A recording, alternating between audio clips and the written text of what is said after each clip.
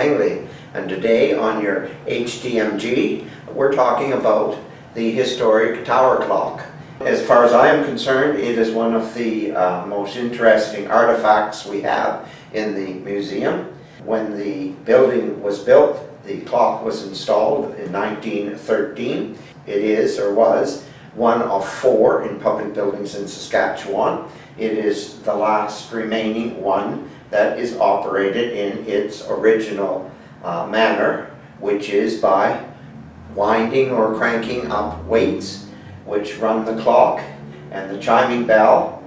The interesting thing about a striking clock like our tower clock is that it is basically made up of 2 operating parts or halves.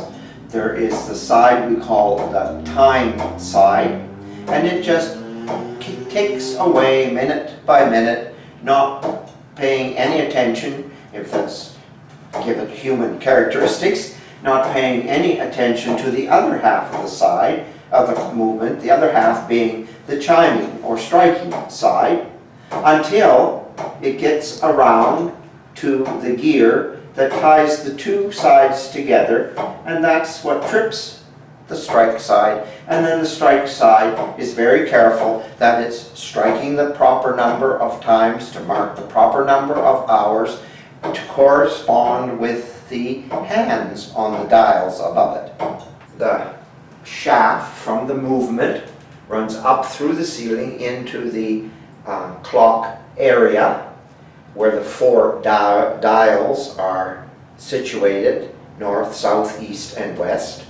The south dial is the master dial that records the time, and the other dials are what we call slave dials. They take their power from the shaft, which is like a crankshaft. The thing that I am most proud of this clock is that since 1913 people have patiently wound it manually and have not opted for putting an electric motor on it so they wouldn't have to wind it. To me, that would destroy its authenticity, and I hope that it never comes to that. I hope the clock will be allowed to function as it was designed to do and has done so faithfully for 100 years. If you have any further comments or questions you'd like to ask about the clock or indeed the museum itself, please refer to our comments below. You can also get a hold of us on Facebook or Twitter. And if you'd like to keep exploring with us, be sure to subscribe to our channel.